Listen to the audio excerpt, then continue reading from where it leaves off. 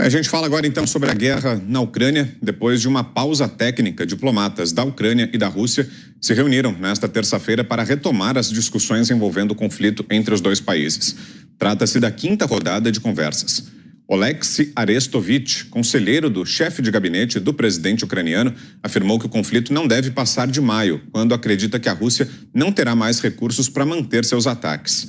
Mais cedo, nesta terça, o presidente ucraniano Volodymyr Zelensky declarou que seu país tende a aceitar que não se tornará membro da OTAN, uma das principais razões alegadas pela Rússia para justificar sua invasão.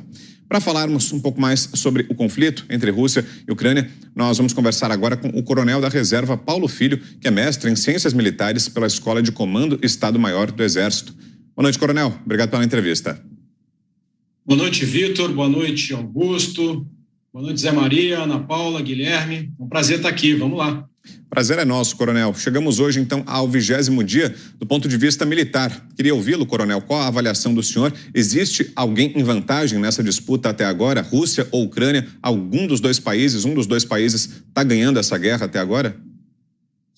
Embora a disparidade de poder militar seja muito grande e inicialmente se esperava, a maior parte dos analistas esperava que a Rússia tivesse mais facilidade para alcançar seus objetivos, na prática, o que nós temos visto nos últimos dias é uma pausa nas operações, porque os russos aparentemente precisam se reorganizar, estão com dificuldades logísticas, estão com dificuldade de recompletamento de pessoal, e a Ucrânia tem feito uma defesa obstinada e está cobrando muito caro os avanços russos nas suas 4 frentes.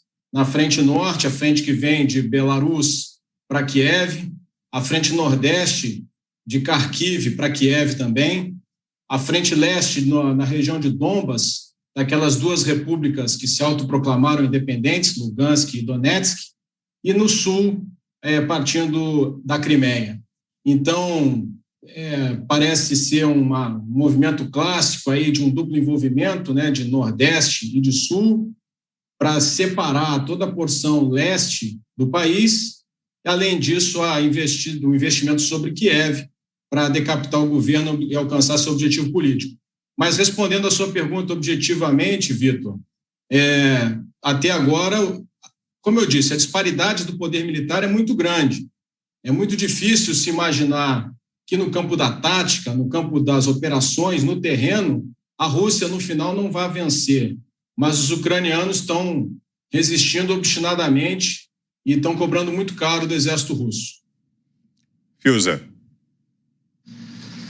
Boa noite, coronel. A pergunta é a seguinte: é difícil para nós, leigos, saber o que é verdade e o que é falsidade nas informações que vêm desse conflito.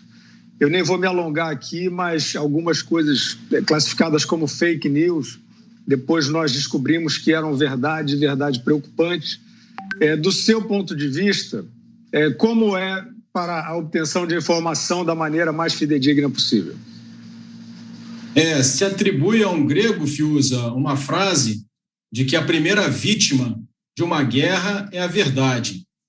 E o próprio Clausewitz dizia que quando começava a guerra, se descia uma espécie de penumbra na guerra, e as informações ficavam muito confusas, né?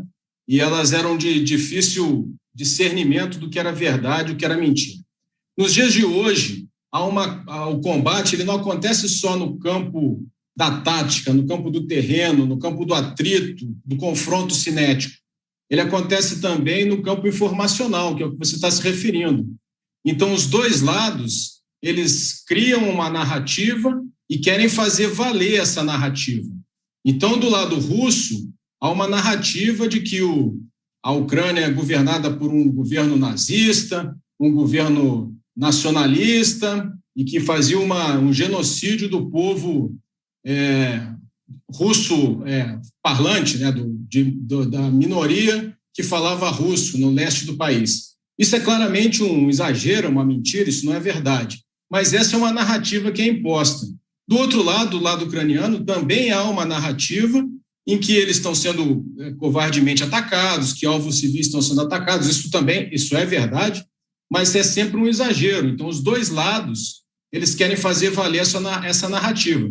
Isso faz parte do conflito no campo informacional. Nós temos a guerra no terreno, a guerra cinética, mas nós temos a guerra de informação, nós temos a guerra cibernética, nós temos a guerra econômica, muito claramente vista com a imposição das sanções econômicas à Rússia. Então, a guerra é uma maneira que o governo tem de coagir o inimigo a fazer o que ele quer. E, para isso, ele usa todas as suas ferramentas. A ferramenta militar é a mais visível, é a mais impactante, mas ela está longe de ser a única.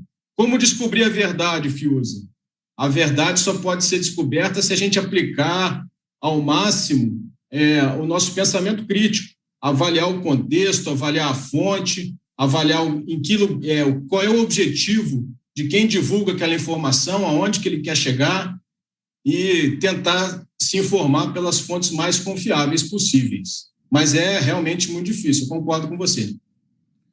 Ana. Boa noite, coronel.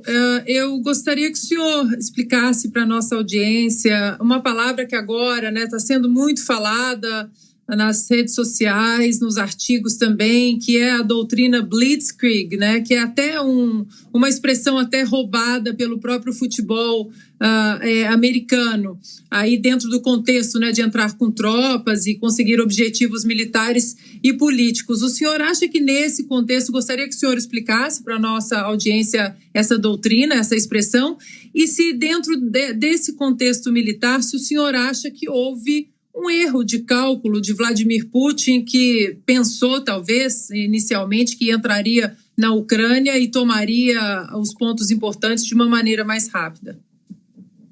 A Blitzkrieg, Ana, é uma doutrina que foi criada lá na Segunda Guerra Mundial pelos alemães. Ela era baseada no emprego dos carros de combate, das tropas blindadas e da aviação em apoio a essas tropas blindadas para ganhar velocidade. Então, pela manobra, quando vocês veem aquelas setas, quando a nossa audiência vê aquelas setas naqueles mapas, a seta que vem de norte para Kiev, a seta que vem de sul, lá saindo da Crimeia, aquilo representa o movimento das tropas no terreno. E quando você ganha velocidade, você vai alcançando as vitórias e vai aproveitando o êxito, como a gente chama no jargão militar, ou seja, você vai penetrando cada vez com mais velocidade, isso a gente chama de Blitzkrieg. O que aconteceu é que essa Blitzkrieg ela foi interrompida. Então, o desafio logístico que os russos estão enfrentando é muito grande. Então, nós tivemos notícias de que os carros de combate pararam, por falta de combustível. Isso é possível. Só para vocês terem uma ideia, eu fiz um cálculo bem rápido e bem por baixo. A Rússia gasta para andar 50 quilômetros nessa Blitzkrieg, Ana, por baixo, 5 milhões de litros de combustível por dia, para andar 50 quilômetros, 5 milhões de litros, no mínimo. Imaginem vocês levar tudo isso para o campo de batalha.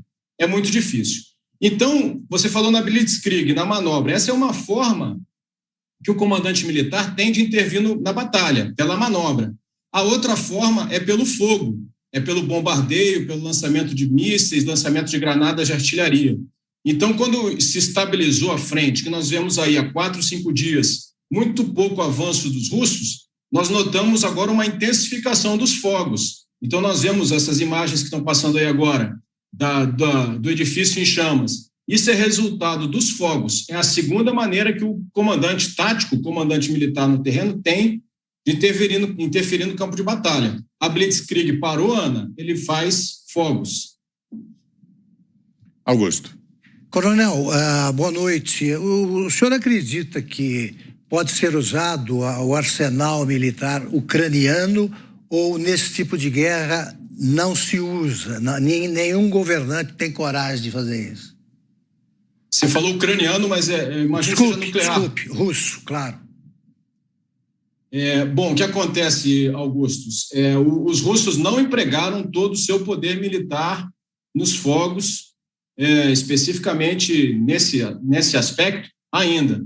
Então, por exemplo, os russos têm uma bomba que se chama termobárica ou bomba a vácuo, que tem um efeito devastador.